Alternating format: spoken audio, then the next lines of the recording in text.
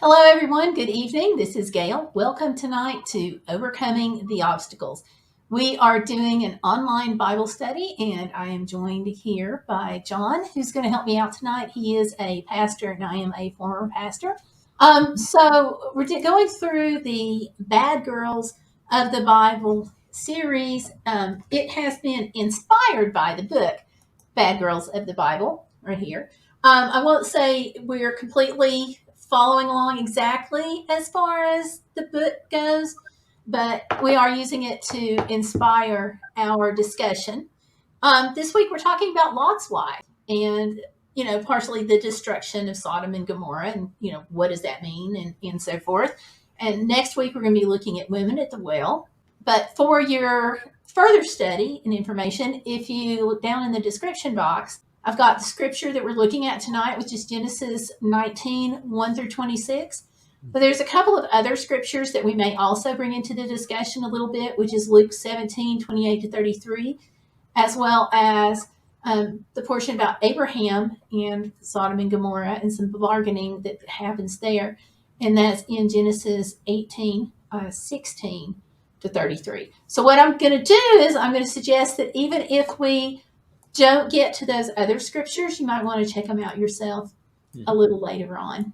John, if you want to tell us a little bit about yourself for just a minute, how many years have you been a pastor and so forth? I've been serving a church for 27 years now. Currently, I'm serving a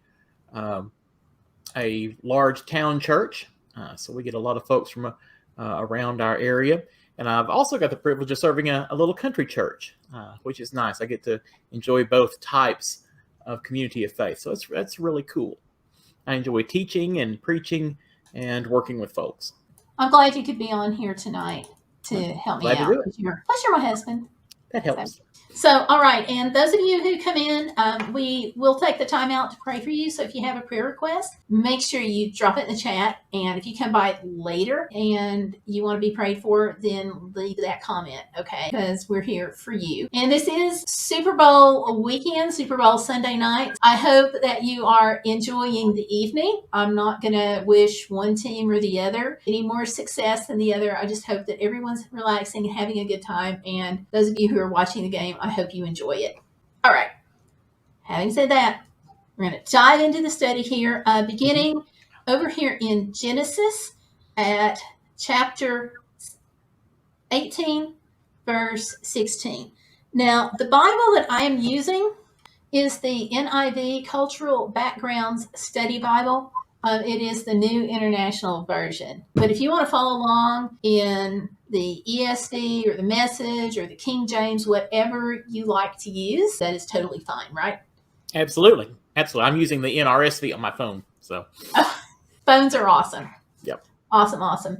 And there's Bible Gateway and BibleStudyTools.com, Bible Gateway, and some apps that you can use. So I always debate about whether or not, do I read you the scripture or do I not? So I'm just going to go ahead and start and read a little bit and just kind of set the background, kind of set the stage for what we're looking at for Lot and his wife and his family. First, we have Abraham pleading for Sodom. It says, when the men got up to leave, which is two angels who were visiting Abraham, when they got up to leave, they looked down toward Sodom, and Abraham walked along with them to see them on their way. Then the Lord said, shall I hide from Abraham what I'm about to do? Abraham will surely become a great and powerful nation, and all the nations on earth will be blessed through him. For I have chosen him, so that he will direct his children and his household after him to keep the way of the Lord by doing what is right and just, so that the Lord will bring about for Abraham what he has promised him. Then the Lord said, the outcry against Sodom and Gomorrah is so great and their sin so grievous that I will go down and see if what they have done is as bad as the outcry that has reached me. If not, I will know. Then the men turned away and went toward Sodom, but Abraham remained standing before the Lord. Then Abraham approached him and said, will you sweep away the righteousness with the wicked?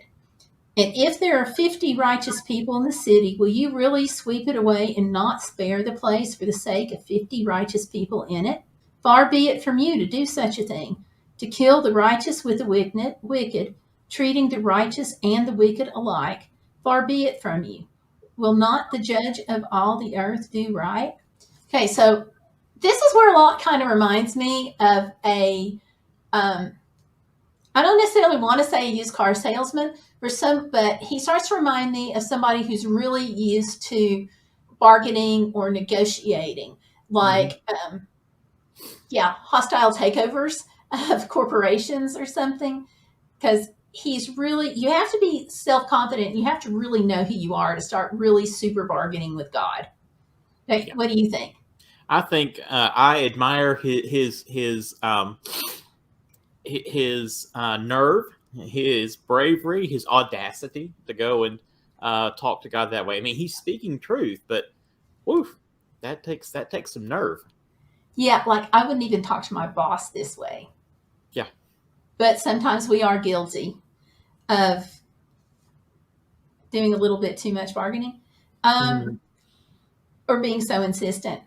It says, will not the judge of all the earth do right? And the Lord said, if I find 50 righteous people in the city of Sodom, I will spare the whole place for their sake. Then Abraham spoke up again. Now that I've been so bold as to speak to the Lord, though I am nothing but dust and ashes, what if the number of righteous is 5 less than 50? Will you destroy the whole city for lack of 5 people? If I find 45 there, he said, I will not destroy it. Once again, he spoke to them. What if only 50? What if only 40 are found there? Then he said, for the sake of 40, I will not do it. But the outcry on this was huge. So, he must have had this in the back of his mind when he was trying to bargain for the city. Mm-hmm. Yes. And then he said, may the Lord not be angry, but let me speak. What if only 30 could be found there? So he's gone from 50 and he's worked his way down to 30. So what if only 30 can be found there? And he answered, I will not do it if I find 30 there. Then Abraham said, now that I've been so bold as to speak to the Lord, what if only 20 can be found there? And God's got to be getting a little frustrated at this point. Because it reminds me of when my kids were asking for things when they were little and they would do all the bargaining. They kept on pushing the boundaries or pushing the deadlines. So he asked, what if only 20 can be found there? And then God said, for the sake of 20, I will not destroy it. But then he goes, may the Lord not be angry, but let me speak once more. What if only 10 can be found there? And he answered, for the sake of 10, I will not destroy it. And when the Lord had finished speaking with Abraham, he left, and then Abraham returned home. So Abraham has bargained with God, starting at 50 and working his way down to 10. And so if he had found 10 righteous people in the city, the whole city was going to be spared for the sake of 10, which is pretty generous. Mm-hmm. Very generous. You're going to save an entire city because of 10 people. He could have relocated the whole 10 people instead of saving the whole city of, say, thousands or hundreds. But he got them down to the 10. And then going on into chapter 19, we are talking about Sodom and Gomorrah destroyed. We're looking at verse 1. And John, just dive in with me here anytime. Do you want me to read or what? You can read if you want to. Or if I rattle on too much, just dive in and. Okay, no, with any of these studies, especially in the Old Testament, these stories are so long and so kind of intertwined. It's really hard to know where to pick up because there's so many things that lead up to this. Because it doesn't really make sense to tell the story of Lot's wife without the whole why are they having to flee the city and so on and so forth. So yeah, I get you on that. I'll go on into 19:1. It says the 2 angels, they were with Abraham. Now they left, and they have arrived at Sodom. So this picks up there. The 2 angels arrived at Sodom in the evening, and Lot was sitting in the gateway of the city. When he saw them, he got up to meet them and bowed down with his face to the ground. "My lords," he said, "please turn aside to your servant's house. You can wash your feet and spend the night, and then go on your way early in the morning." "No," they answered, "we will spend the night in the square." But he insisted so strongly that they did go with him and entered the house. He prepared a meal for them, baking bread without yeast, and they ate. Before they had gone to bed, all the men from every part of the city of Sodom, both young and old, surrounded the house. Okay, I'm going to pause right there for just a second. So the two angels arrived at Sodom, and of course, this was the day before cell phones, so Abraham couldn't exactly just simply, pick up the phone and call. I still wonder, though, if Lot was looking for them or if it's how in a city when you're traveling and you have this neon sign flashing on your head that says tourist, tourist, tourist, tourist.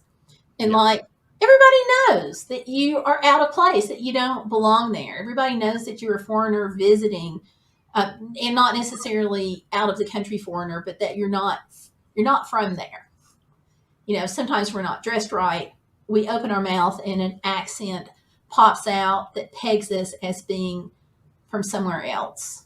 I would love to know more about what was Lot's job? Was he in, tourism and sports management, that it was his job to stand there and welcome? Like, was he the visitor center or welcome center representative standing there waiting for strangers to come in? Or what was his job? That's a really good question. I never really thought about that. I know that in Bible times, the gates of the city were where all the important people and the people who wanted to be seen as important, they hung out and talked to each other and were there to see and be seen.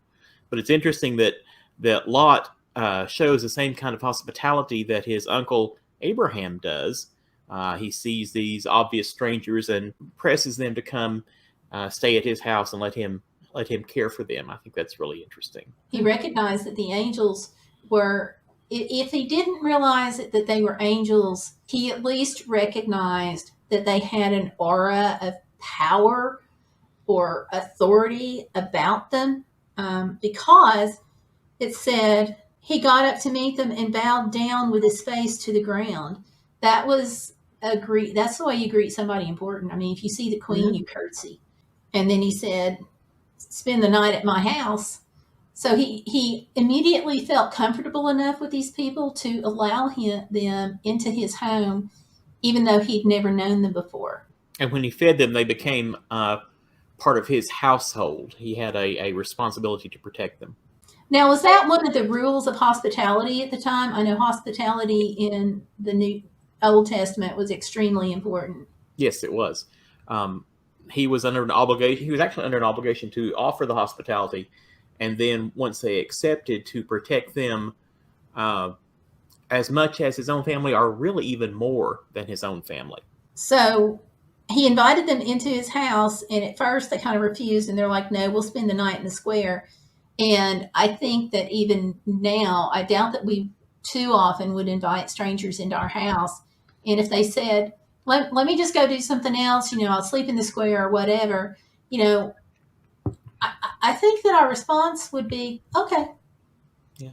well, they have plans, too bad. But he insisted so strongly that they did go with him. And then they cooked a home cooked meal for them. There were restaurants and places where they could buy food at this Mhm. time. But instead of ordering out, they decided to basically dine in, if you would. And then before they'd gone to bed, there's this crowd that gathers. So apparently, word somehow got out about the strangers being at Lot's house. So you're kind of like, how did that get out? But yet all of a sudden, everybody knew. And where Lot had recognized that these men, aka angels, were powerful in some way, either by bearing or by spiritual. All the men from every part of the city of Sodom, both young and old, surrounded the house. They called to Lot, "Where are the men who came to you tonight? Bring them out to us so we can have sex with them. So they're yelling at his house, and they're calling, saying, send these men out. And then Lot left the safety of his house. He goes out of his house and closed the door behind him and said, no, my friends, don't do this wicked thing. And then he says, look, I have 2 daughters who have never slept with a man. Let me bring them out to you, and you can do what you like with them. But don't do anything to these men, for they have come under the protection of my roof.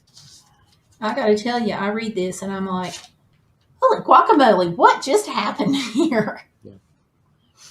You know, the crowd is like, I can just picture this like in my mind. The crowd is yelling, they're screaming. You've got a riot situation going on.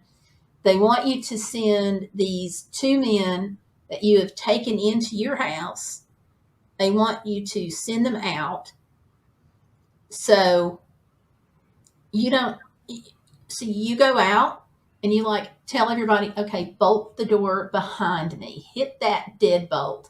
Make sure it's closed good. I'm going to go out and talk to these folks. I'm going to go deal with this mob. I'm sorry, if there's a crowd coming at my house and they're yelling at me like that, I am not going out the door. Are you? And then he offers up 2 of his daughters. What in the world is he thinking? What do you think, John? This is one of those passages that that I struggle with. I mean, the text is really clear on that. It's just kind of hard to wrap your mind around. It could be that Lot took his responsibility so seriously that he would rather have his daughters abused than have his hospitality defiled. I don't believe that myself. So I don't know. Maybe he didn't think they'd take him up on it. It's really one of those tough passages. The crowd may not have been interested because they were men looking for men. They were not men looking for women. So he could have done that. I also read that he could have been sarcastic and had no intentions. Mm-hmm. But regardless, you know, you have an angry mob in front of your house. An angry mob can do anything. Then they told him, they said, get out of our way. They replied. They said, this fellow came here as a foreigner, and now he wants to play the judge. We'll treat you worse than them. And they kept bringing pressure on Lot and moved forward to break down the door, but they didn't get in. Nope. But the men inside reached out and pulled Lot back into the house and shut the door. Then they struck the men who were at the door in the house, young and old, with blindness, so that they could not find the door. And then the 2 men said to Lot, do you have anyone else here, sons-in-law, sons or daughters, or anyone else in the city who belongs to you? Get them out of here, because we're going to destroy this place. The outcry to the Lord against its people is so great that he has sent us to destroy it. So much for finding the 10. Yeah, it's pretty sad they couldn't find there weren't even 10 righteous people in the town that might save it. So, wow. And it says, so Lot went out and spoke to his sons-in-law who were pledged to marry his daughters. So these are the ones that were pledged. These are not the married daughters. And he said, hurry and get out of this place, because the Lord is about to destroy the city. But his sons-in-law thought he was joking. This really reminds me a lot about Noah's story. Yeah, people didn't believe. You know, they laughed at Noah. They thought Noah was joking. But the thing is about the folks here in Sodom and Gomorrah, they knew the story. They would have already known that God had the capability and has it destroyed before. No, I think you're right. The stories of Noah would already have been being circulated by that point. So yeah, that should be well known, at least among the Hebrews, maybe not the folks in Sodom and Gomorrah and the other Gentile tribes and things. Something else that strikes me about this, and you can probably shed some light on it. His sons-in-law thought he was joking, but they weren't married yet. The women were betrothed. So how could this be his sons-in-law? I think we'll just chalk that up to it being too awkward to say his betrothed sort of from the point of being betrothed, that was almost the same as being married. In a very real sense, and by the time of Jesus, it had become a legal reality, if not a physical reality. That like Mary and Joseph, they were betrothed, so their possessions were becoming, or her possessions were becoming his. There were some legal things binding the two of them together, but they hadn't yet been officially joined together, and they hadn't consummated their marriage. So back in the Old Testament times, I'm not sure at what level that was happening, but there was some negotiation with shared properties and inheritances and dowries. So yeah, a betrothal or a promise of marriage was a serious and a binding thing. Okay. Then it says, with the coming of dawn, the angels urged Lot, saying, "Hurry, take your wife and your 2 daughters who are here, or you will be swept away when the city is punished." And then when Lot hesitated, the men grasped his hand and the hands of his wife and of his 2 daughters and led them safely out of the city, for the Lord was merciful to them. As soon as they had brought them out, one of them said, "Flee for your lives. Don't look back and don't stop anywhere in the plain. Flee to the mountains or you will be swept away." But Lot, and you can tell at this point he's related to Abraham. Yeah. Lot says to them, "No, my lords, please. Your servant has found favor in your eyes, and you have shown great kindness to me in sparing my life. But I can't flee to the mountains. This disaster will overtake me and I'll die. Look, here's a small town near enough to run to, and it's small. Let me flee to it. It is very small, isn't it? Then my life will be spared." So he does the same kind of bargaining in a way that Abraham's done. Run to the family. And they had already been brought out of the city and then told to go. And so he's bargaining, and he said to him, "Very well, I will grant this request too. I will not overthrow the town that you speak of, but flee there quickly, because I can't do anything until you reach it." And that's why the town is called Zoar. And then by the time Lot reached Zoar, the sun had risen over the land. Then the Lord rained down burning sulfur on Sodom and Gomorrah from the Lord out of the heavens.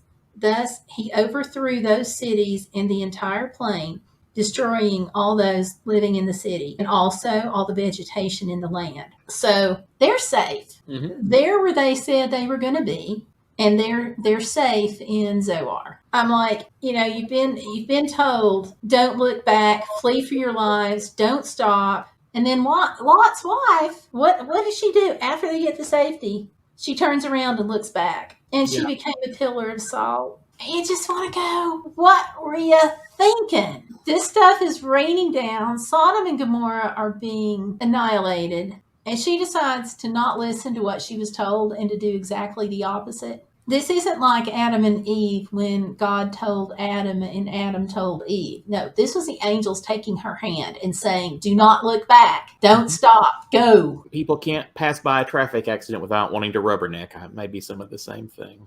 You think that's it? I don't know. I've heard it mentioned that perhaps she was thinking about all of her friends in the city, mourning them. I don't know. That would be human nature too.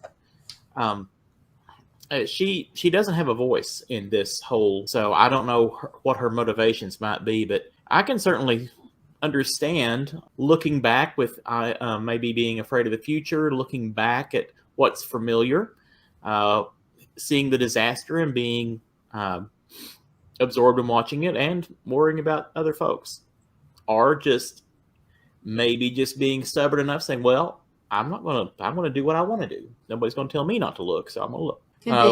We're putting words in her mouth at this point, so it's hard to know. Hey, does your commentary say Zoar is evidently a description, not a name? Because in 22 it says, "Therefore the city was called Zoar." I've just got text. I don't have any commentary. Does your commentary say anything about what Zoar might mean? Refuge or something? I don't see anything, but I bet Google will. Wikipedia in Hebrew, Zoar is a place of refuge, a sanctuary.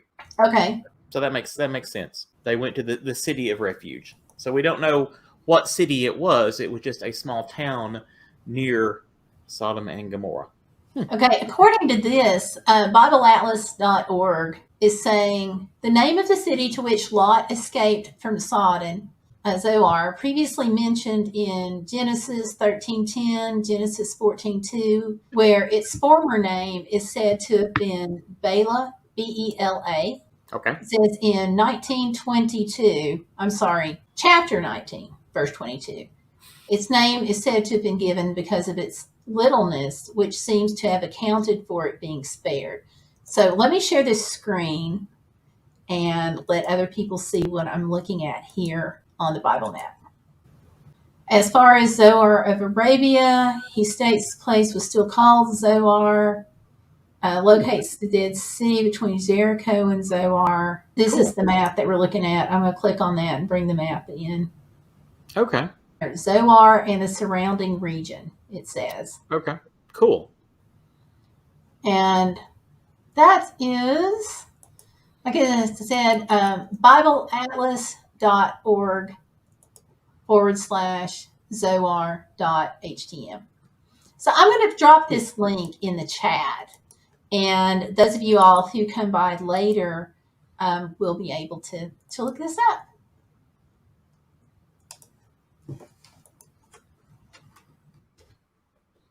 That's really cool. But really about the becoming a pillar of salt, it really comes just out of the blue. I mean, the angels tell Lot and his family that, look, you will be destroyed. What does it say? Okay, here we go. 17. Flee for your life. Do not look back or stop anywhere in the plain. Flee to the hills, or else you will be consumed. So, turning into a pillar of salt was not mentioned, but that's it may not mention salt, but when you're told don't look back and don't stop anywhere in the plain, flee or you'll be swept away, that tells you something bad's going on. Oh yeah. That's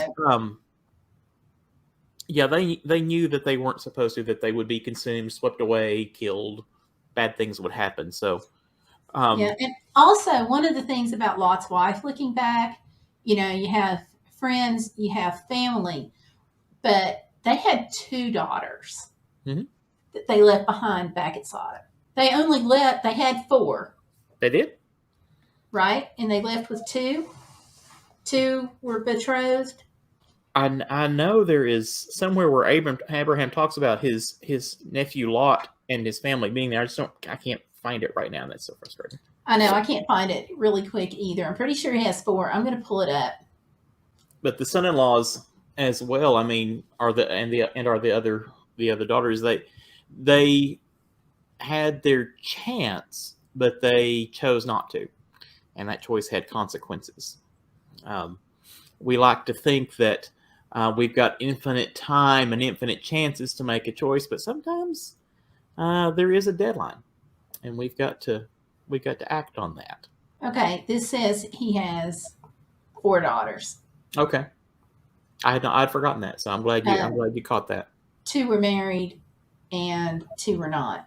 So But while you're doing that, I mean, that kind of points to the fact that when the Israelites were taking possession of the Promised Land, God told them repeatedly not to intermarry or not to intermingle too closely with the people that lived in those towns and cities already, because they would become too much like them. And that happened again and again. So this is kind of an early example of that. Apparently the 2 older daughters took on the attitudes of their husbands and thought more like the people of Sodom and Gomorrah than they did than their family of origin thought. So they became more like them rather than Lot's family. Okay. I'm going to put this link in too so people can look it up. So they'll know. Is it? I don't see it in the comments. You should now.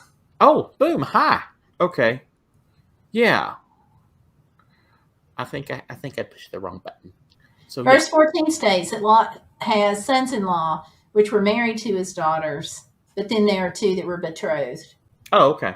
Okay, so So, there were some who were already married and then some who were betrothed. right. So they're Okay. escaping with only part of their family, Yeah.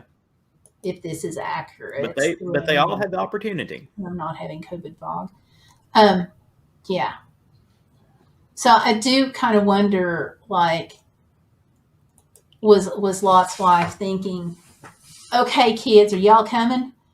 Yeah. Or She could have been is looking for him. what was going on there? Mm, Because the angel said, "Take your 2 daughters that are here with you." that's true.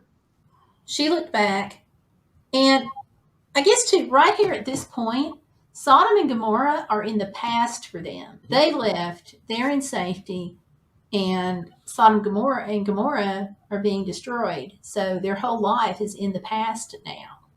And I'm sure she had to be scared about rebuilding. Oh yeah. I mean, they literally escaped with the clothes on their backs. And it said by the time the lot reached Zoar, I'm just going back over this a second. The sun had risen over the land. Then the Lord rained down burning sulfur on Sodom and Gomorrah. So they probably would have had the smell of the sulfur and stuff in the air. Because I Mm-hmm. know, like forest fires, the smell of the smoke goes for hundreds of miles. Yes. So that certainly would have gotten her attention too. It says, thus he overthrew the cities and the entire plain. So not just the cities, but the whole plain, destroying the land and the vegetation and the people. And that's when Lot's wife looked back.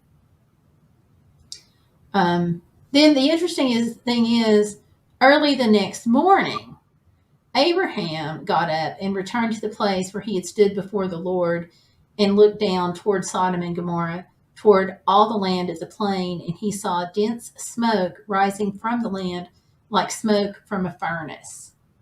So Abraham could see it from wherever he was, and the next day he could look upon it.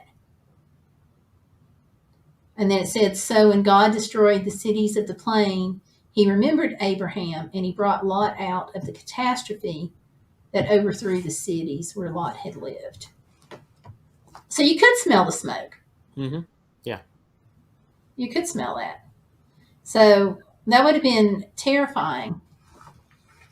But if you had all this going on and you were told, don't look back, why would you? So I'm going to flip over here into Bad Girls of the Bible because she raises a couple of questions that I think is pretty interesting. Okay. And, Lot's wife messed up so badly by looking back that, like, even now we're still talking about it. Mm-hmm. And this was thousands of years ago, and we're still talking about the woman. And she says, why did God spare Lot and his family? Did they deserve such grace? And so you can answer that one. No, none of us deserve grace. That's why it's grace, basically. It's also interesting that Lot was saved because of Abraham's actions. Well, there's some backstory with Lot and Abraham, but because Abraham argued with God, Lot had that opportunity to be saved. So Abraham's actions gave Lot the option or the opportunity, like I said, but Lot still had to do his part. And as Lot's wife found out, just because you were given the opportunity doesn't mean that you were given a free pass. You've always got to do your part. But no, it's grace is a gift. We don't deserve it. I like to say that we want justice for others and grace for ourselves. We want forgiveness. We want mercy, but we want other folks to get what they deserve, quote quote. So we've got to be willing to, if we're going to want grace for ourselves, forgiveness and mercy especially, we've got to let other folks experience that, have that opportunity as well. And then she asks, what reason for Lot's wife turning back makes the most sense to you? Well, since you reminded me that they had other daughters, I guess she was looking for other rest of her family. And that's certainly an understandable thing. I mean, I had said that she may have been just being stubborn, and so I'll take that back. It puts a really big, completely different light on it if she was looking for the rest of her family. But God told them not to look back. God told them for a reason to flee and don't look back, and she didn't. So Something else I wonder about too, and I'm just going to have to ask her about this when I get to heaven. I got like so many questions. yeah, Um, was it a disbelief? say more about that. Okay, well, okay, she's told that the whole town that there it's going to be destroyed. Don't look back and to go because we're going to destroy everything. Mm-hmm. So you and your family get out now. But what if did that message really sink in? And like, did she really believe that the cities were going to be destroyed? So you're not saying like doubting God's word, but maybe it was just too big for her to comprehend, kind of disbelief. No, I wonder if maybe she was just Okay. doubting whether or not it was going to be real and really going to happen. Well, we can think of ways it could be both. I mean, it could be either. Certainly in our lives, there have been times where we couldn't understand what was going on, and sometimes we just didn't believe. So we don't know. Like I said, this woman is silent in Scripture. We don't know anything about her motivations or her thought process, just what she did or didn't do. And so, yeah, sometimes people just don't believe what God is telling them, and then sometimes people just can't wrap their minds around it. Well, if she was of the city that laughed at her husband, she may have had a limited understanding of what was going to happen or a limited belief. So I just kind of wonder if she thought, well, surely he's not going to take out everything in the city. But for whatever reason or however, this says she was turned into a pillar of salt. So the interesting thing to me, okay, in coming back and doing some prep to get ready for this, I did some looking. And did you know that there is actually a place that is said to be Lot's wife, the pillar of salt? This is in Flickr, but there's others.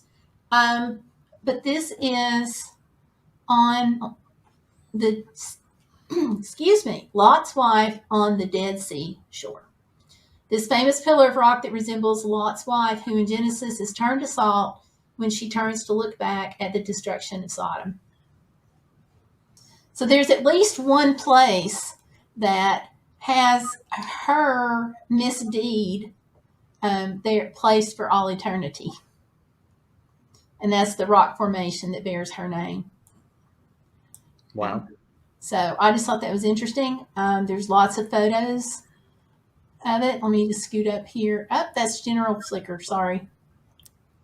I changed screens without realizing it. Darn. Yeah. But you can look up Lot's wife, pillar of salt photos. That's cool. That's cool. And boom, there you go. So we have our story in the Bible, but we also have the pillars that are actually named. Some are said to be that spot. And that's interesting, but I don't think our faith requires that single pillar of salt be there still. I mean, it's been how many thousands of years? Right.